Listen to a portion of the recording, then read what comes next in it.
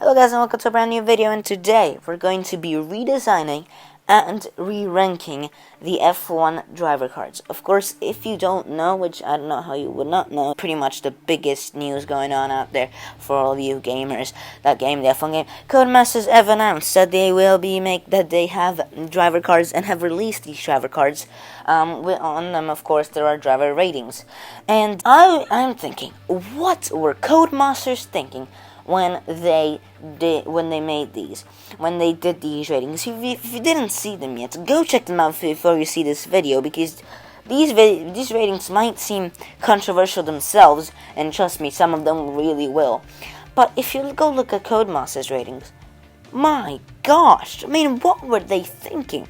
I think some Donnie at Codemasters was like, okay, so we're doing these driver cards. Everyone will love these new featured My Team. This game will be loved by everyone. So, you know what? It is gonna be too loved. We're gonna oversell. So let's add some controversy into the game by doing driver cards that are so wrong. I mean, I'm gonna list some things here. 1. Leclerc is 6 ratings below Verstappen. Second, Bottas is the same rating as Verstappen and better than Vettel. What do you mean? Also, Vettel is better than Leclerc. I mean, that's just not right. Vettel is not better than Leclerc. Leclerc is way better than Vettel. Also, apparently Russell is worse than Stroll. For all of you who don't care about top teams, well, Russell is worse than bloody Stroll. And my mind, I mean, seriously, what were they thinking?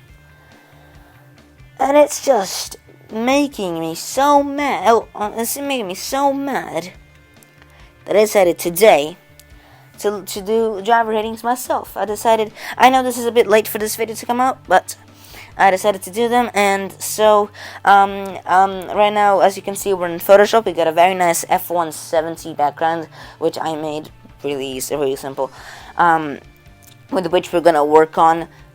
We're gonna put our card on, and so I'm gonna start working, and I'm gonna time lapse it, and then I'll catch you guys as soon as I finish with the time lapse, and then I'll show you guys my design.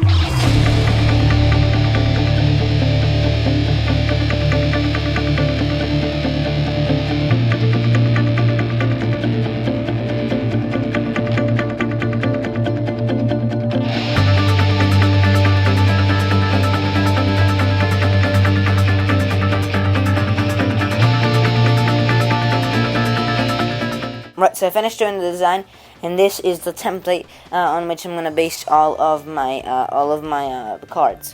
So the card is divided into 3 parts.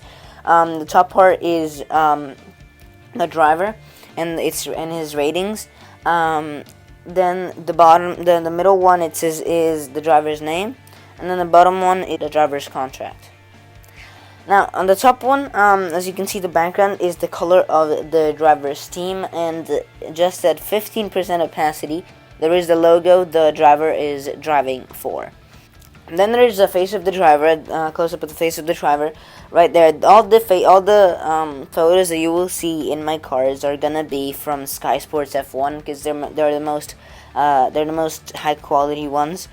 Then there is the big rating next to the driver's head, and that is in Formula 1 font black. You can download all the Formula 1 fonts in the description below. And then there is the experience, racecraft, and awareness and pace, which are a lot smaller than what they used to be, but those, I mean, in my rating they do matter, but at the same time what you want to see is the top one, not this. The big rate is the overall rating, not the smaller ratings. And then at the bottom right, I decided to put the number there. And then at the bottom right, I decided to put the number because I feel like that's a key thing to remember. Who the driver is, of course, we all know them, but, you know, the driver's number is a part of their characteristics, so I thought it should be there. Then in the middle part, the color is blue. This color is the same color.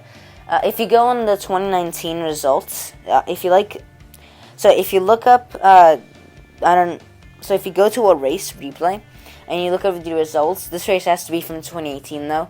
Then at the top there is a banner which says race results in it. The color of the banner is this blue, and I used this blue just simply for this reason because it's an F1 related blue. I decided to put the flag to the right of the first name, not to the left, because I thought that looked much better. To the left it just looks so weird, like flagged in the name, because like this way the first name and last name start at the same way, in the same place, first name, last name, and team name. Instead, if I had the flag before the name, it just looks so weird to me. I don't know if it looked weird to you guys as well, but it looked really weird to me. Then the last name I made it bigger and with the black font, and then in bold I put the team of the name of the team, and then next to it I actually put the team logo because I thought that was the best place to put it without having it get messed up with the driver. And also I just remembered that in the top part I put a shadow, just to tell you guys, I put a shadow beneath every word just so it was easy to read it. And then at the bottom part is fully black. The salary, I decided to divide it with lines. I looked later, I decided to divide it with lines. It looked good as well. It looked good without lines as well, but I just thought it would make it a bit easier to read. 10 million, the big contract cost is very black. It's black. All the amounts are in black, but the contract cost is much bigger, and then there's a salary and buyout. Just so you guys know, this is not the final rating for Lewis Hamilton. Of course, I would not give him a 99. This is just a template on which I will now work and put all the ratings in. And after I do, I will see you guys to discuss them. Also, I forgot to mention real quick that the overall rating is the average of all the ratings. So I think that's not what everyone did. I don't think that's what F1 did for sure. And I don't think that everyone who did this kind of video did this. But yeah, I took the average of all the ratings, so every rating mattered more. That's why I said earlier that the ratings, the particular ratings mattered. But now let's go to the cards. Right, ratings are in, and right now, first person we're going to look at is George Russell. We're going to go from the bottom of the grid to the top in terms of constructor standing order, and we're going to be doing first and second driver. So here we go. George Russell is, of course, the first one because he's the first driver for Williams, and I've given him an 87 in total, which is much better than what Codemasters gave him. Of course, experience, you can't give more than 76. He's only a rookie. Well, this year's going to be his second year, but he's still pretty new to Formula 1. Racecraft and awareness gave him a 90, and I think he's pretty good at those, but pace, I had to give him a 92. I mean, he's in a Williams, and he is pretty fast in pace, considering he is in a Williams. Now we're gonna move on to his teammate Latifi, and there's not much to say really. I mean, I give him a 79. I gave him a 79 in total. You gotta look at the small numbers as well. Experience is what's making his like Russell experience is what's making his rating so low. As of course I couldn't give him more than a 60. I mean, he hasn't even drove in Formula 1. I think I went too nice actually with a 60 for experience. But then racecraft awareness and pace, 86, 84, and 86, pretty average all around. I think we haven't seen anything from Latifi yet. So you know, my judgments can be taken with a pinch of salt. All my judgments can, but this one especially because I mean, we haven't even seen him on track. So I mean, on an F1 car. So yeah, I just did my best at thinking what his rating could be. Right now we'll move on to Haas, and we have Romain Grosjean, and I'm giving him an 85. I give him an 88 for experiences. You got experience, especially because of how many times he's crashed. Racecraft and pace, I gave him an 86. I think he's pretty decent at those, not perfect though. And awareness, I'm sorry Romain, but I can't give you higher than an 80. I mean, you crashed at every possible chance. You're worse than Verstappen. So yeah, 80 awareness, and I actually did not give that much better to his teammate, as I gave him an 82 for awareness, 88 for racecraft, 88 for pace, and 86 for experience, for a total of 86. I think Magnussen and Grosjean are pretty much level on pace. I think though Magnussen is just that little bit better than Romain. Right, we now move on to Alfa Romeo, and here we go, Kimi Räikkönen. Now, hold on, you're gonna be like, whoa, he got a 90? How did I just go that high? Anyways, I give him a 90, but you gotta look at, okay, so first of all the scores are my ratings are much closer together than Codemasters ratings. They're so much closer together. So even five from him to Romain is such a huge deal, but you gotta look at the racecraft, awareness, and pace, not and the experience, not as a big number. Because if you look at it, if you remove experience, you don't actually have that good of a driver. Because I think Kimi is he's old now. I mean, he's at his good years. I don't think he's that good at overtaking. He's not. Come on. And he doesn't have spectacular pace. He's good. He doesn't usually crash. So give him a 90 in awareness. But of course, I think I've seen somewhere that he's gonna be the driver driving the most amount of races in 4 races. I'm not sure. I'm gonna have to check on that fact. But I mean, come on, the guy has been in F1 more longer than any other F1 driver right now, and I mean, he's been in F1 for so long. I had to give him a 99 in experience. I mean, Codemasters give a 99 in awareness to Bottas, which is frankly a terrible decision if you ask me. I mean, no one should get a 99 in awareness. Everyone can crash. But anyways, but I took that as a kind of tickets to giving Kimi a 99 in experience. And now let's move on to his teammate Giovinazzi, who I gave an 83 total. I was a bit harsh on him, but I think he's yet to sprout. He's yet to explore his full talents. I think that I think this year will be the one where he becomes the Giovinazzi we're all hoping to see. Antonio, I think he's yet to sprout. I think he's yet to just start flying, really. I think he's got pace. He just needs to find it. It's there. He needs to find well, he needs to find the space, he needs to find his racecraft and awareness, he needs to find them all, but I think he will be a very good driver this year. I have faith in you, Jovi. I have faith in you, Antonio. So, 83 in total, 76 in experience, 86 in racecraft and awareness, and 84 in pace. Next team is another team that starts with an A, and it is AlphaTauri, and we're going to start off with Pierre Gasly. Pierre, I like him. He's a good driver, but he has no pace. He has good pace. He has decent pace, but I think pace was why he was dropped from Red Bull. Definitely. His lack of pace.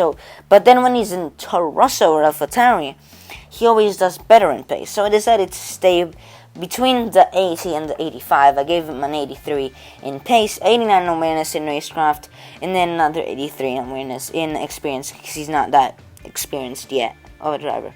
But I think the switch from AlphaTauri to Red Bull to AlphaTauri, Toro Rosso to Red Bull to AlphaTauri, I'll get it, Toro Rosso to Red Bull to AlphaTauri is adding on to his experience. Caveat, I've given him 85 in total, 85 experience. He's got good experience, especially crashing into Sebastian. But anyways, 86 racecraft, decent racecraft, I guess, and 88 pace. I think those are the best. He's good in pace. I think that's the place where he's best at. But of course, I couldn't have given more than 81 in awareness. He's known as the Torpedo. Someone who's known as the Torpedo cannot have more than 81 of awareness. He's getting better over the years, but again, in Singapore, he crashed out RAIKKONEN, so I think he should try to get better and not crash into people. But yeah, I give him an 85 in total.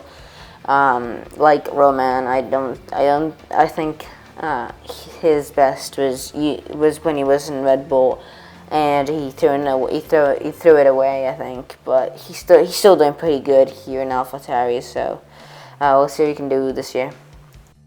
Right, so now we're gonna move on to the pink team, and we're gonna start off with Sergio Perez with an 88. So I've given him an 88 in experience and racecraft, an 86 in awareness because he did crash a lot with Ocon when Ocon was still in the sport. So I think he's gotten better at that, but still gave him an 86, nothing more, and then 90 in pace because I think he's got really, really, really good pace. And now his teammate Lance Stroll, I don't like him. I'm sorry for all of you, or if any of you are Lance Stroll fans. I don't stick for the guy. And 85 is actually a really good rating since I don't like him. 83 in experience, of course, like Gasly, similar experience to Gasly, I think. Racecraft 85, awareness 86. Usually doesn't crash, and I give him an 86 in pace, just purely because of that podium in Azerbaijan in 2017. That's the only reason why he gave him an 86 and not an 85 or 84 in pace. Okay, just to let you guys know. Right, now we move on to Renault and the Honey Badger himself, Daniel Ricciardo, with a 91, the highest rated driver yet, and his rating will actually probably spice up some controversy as soon as we get to the big teams. Probably said too much there.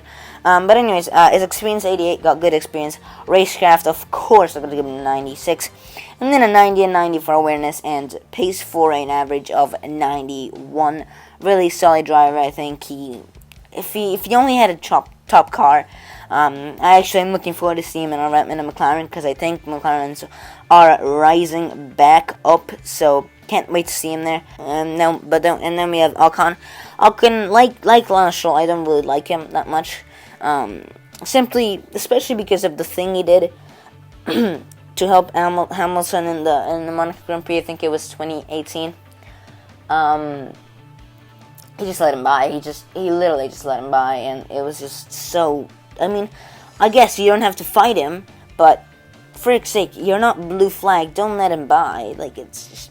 I just didn't like that bit of driving. It wasn't sportsmanship. It wasn't showing sportsmanship. It was just not a good move, I think, and so that's why I don't really like him. I gave him an 80 for experience because leaving F1 for 1 year must take a lot of experience out, I think. Racecraft 84. I don't think he's that good of a racer. Awareness 88, although I probably could have given him less considering the times he crashed with Perez. I was very, very nice to him, but I decided to go with 88 because I needed to make the 85 fit in. And then another 88 for pace. And now move on to the final team before we go to the big dogs, and we're going to start off with a man who's going to be replacing Sebastian Vettel in 2021, and that is Carlos Sainz. Carlos, I really like him. He's a great driver, and I really, really like him. So I've given him a 90 overall for an 86 with an 86 of experience, because I think he's got good experience. 92 of racecraft, he's got very good racecraft. 90 of awareness and 92 of pace. He's a really solid driver. I really like him, and I can't wait to see him in a Ferrari. Can't wait to see him in red. Yeah, can't wait. Really can't wait for 2021. It's going to be a fantastic season. It would have been an even better season if there was going to be rule changes, but at the same time, it gives us, and by us I mean Ferrari, one more chance to win a world title with these cars, just to prove that we can actually win. And then we got Landon Norris. And again, I'm an 85 simply because of his experience. I mean, 76 and then 88 racecraft, 88 awareness, and 88 pace. Pretty solid for a rookie. I don't really. I think once him like Antonio. I mean, he's had a fantastic rookie season, but I think he has to make that final jump, which will make him which will make him a race-winning driver. Depends on the car, of course, but I think he does not have the talent to win a race yet. But he will have next year if he makes that small little jump, that final jump that he needs to make. He's done already so much in this rookie season that he only has one final jump to make. I feel like, in 2020, and then he will be up there with the top guys of this list. All right, so we're done with every midfield and lower team. Now move on to the big dogs, and here is probably the most controversial part in the entire video.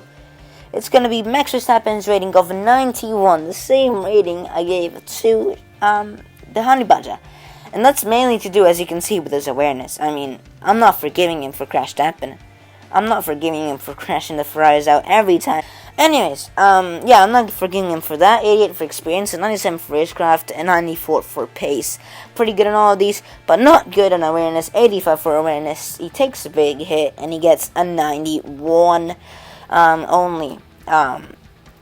I think he's a good driver, and if he didn't crash into everyone, he would probably be one. He was one of my favorites when he came into Formula 1. I remember me and my dad were always like, "Oh my gosh, look at that guy! Like, he's gonna be the next F1 World Champion. He's gonna be so amazing." And then he started crashing into everyone, and we're like, "Okay, I don't like him anymore." Cause like, come on, stop crashing into every freaking person you see. Stop crashing into every freaking person you see, and stop crashing every time you see a red. Stop crashing every time you see red. You're like a bull. Oh my goodness. Oh my gosh. Oh my gosh. Oh my gosh. I figured out why Verstappen crashes with the Ferraris. Oh my gosh. He's not a Red Bull. So he's a bull. And the bull is triggered by red. And the Ferraris are red. Genius. I figured it out, guys. Oh my god, we now know why Max Verstappen crashes into every time. We now know why Max Verstappen always crashes with Ferraris. We have figured it out, guys. Unbelievable. Oh my gosh. Oh, I'm gonna become a billionaire now. Definitely not. Alright, so now that we know why Max is crashing into Ferraris, and we can go back to the video, yeah, so I'm giving 91 only, compared to what could have been Max. It could have been a very high rating, but he only gets a 91. And now we're going to move on to his teammate, Alex Albon, who gets an 86 because of his experience. He's got 78 experience, but then the rest, 90 racecraft, 88 awareness, and 88 pace. Really good driver. I can't wait for him to actually win a race. I think he's going to win something in 2020 or 2021, because 2020 is a short race. It's a short season. Maybe they're trying to favor Max just to win to win the championship if they can, but I don't think Red Bull will win the championship because they're missing the pace. They're missing the outer pace that Ferrari and Mercedes have. I mean, I know. Did Red Bull or Ferrari win more races this year? I think Red Bull did, but overall, I think Ferrari have the outer pace, the better. When Mercedes is in such a dominance, Ferrari will win more races than Red Bull, and I think this year Mercedes will not dominate the season. I don't think so. But anyways, we're getting away from the point. 86 for Alexander Albon. I can't wait for him to win a race, and yeah, looking forward to see his first podium not get ruined by one Lewis Hamilton. which just made me realize I should have probably lowered Hamilton's awareness. He's got pretty good awareness. Why? Why did I give him such good awareness? Oh my goodness. Anyways. We're not to Hamilton yet. We're on to the Ferraris, and here we go. Controversial point number 2. Leclerc has a better rating than Verstappen, even though his experience is much less. I know. But it all has to do with awareness. I mean, I gave Charles a 96 in awareness because I think he's really aware. Again, probably a bit high, but because of what happened in Monza. But considering what I gave Hamilton, I mean, these guys barely crash. So I gave him a 96, and I gave Hamilton. Well, you'll know later what I gave. You'll later know what I gave Hamilton.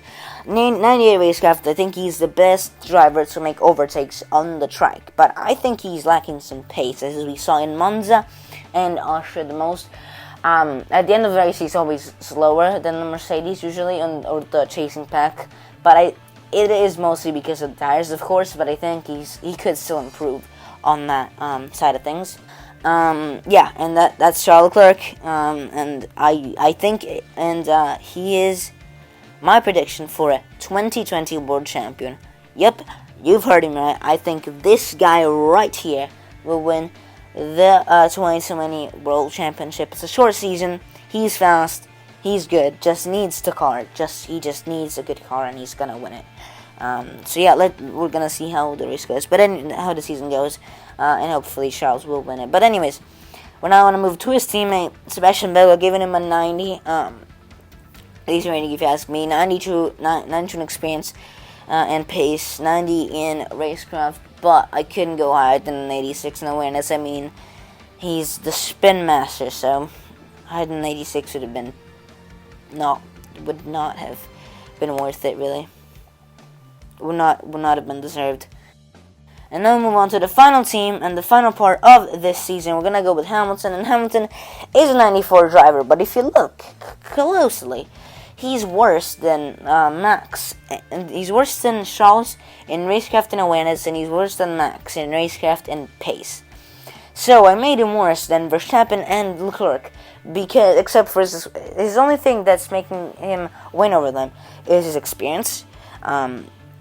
But I made him so because, I mean, I don't think he's got it anymore. I think Hamilton was his top a few seasons ago. Now, it's just a car. He's got the best car in the field, and Bottas has nothing. He's nowhere close to Hamilton's level of talent. So, Hamilton, of course, is still a very fast driver, but I think that the car is doing most of the work for him, really. And this is gonna get so much hate. Please don't dislike it. It's just an opinion. So please just don't dislike this video so much, please. And all of you who do agree with me, please write it in the comments, and I'll make sure to answer you, because I mean, you guys are legends. All of you who agree with me. But anyways, back to the thing. Hamilton, he doesn't have it anymore. He's not the guy who he used to be, and the cars do most of the work for him, and that's why I think in 2020, since it's such a short season, what's letting Hamilton win, I think, it's his car and it's his consistency, which sadly doesn't make it into one of the rankings. If not, he probably would have been in 96 or so, because his consistency is amazing. He's so consistent. But with such a short season, every race will count more than just consistency. And that's why I think in 2020 he will not be the world champion, because he will not have that consistency. And if Ferrari can just give Charles a car just good enough, I think Charles will be able to snatch the title from Lewis Hamilton. But yeah, I think Hamilton doesn't have it anymore. I think he could. I think his car is doing a lot of the work for him. And the only reason why he's won the championship is because of his amazing consistency. Hats off, I mean, he's got the best consistency in the entire field. But he also has got the best car in the entire field. So, you know. I think those are the two reasons why he's winning. And I don't think that on pure pace he's got it against Max or Charles. And then move on to the final driver of the video. He is not controversial at all. 89 rating, 86 experience, racecraft, he's an awful he does not do good overtakes. I mean, come on. He pretty much never overtakes. 93 awareness, usually never crashes either, and 95 pace. He showed in Australia that when he's fast, he's got good pace. When he's fast, I mean he's fast, but yeah. So yeah, that has been it for this video, guys. I really hope you enjoyed. I surely did doing this video, and I can't wait to see you guys next time for a brand new video. But remember to like and subscribe, please. It would really help me out. And yep, make sure to like, subscribe, and see you guys next time. Goodbye.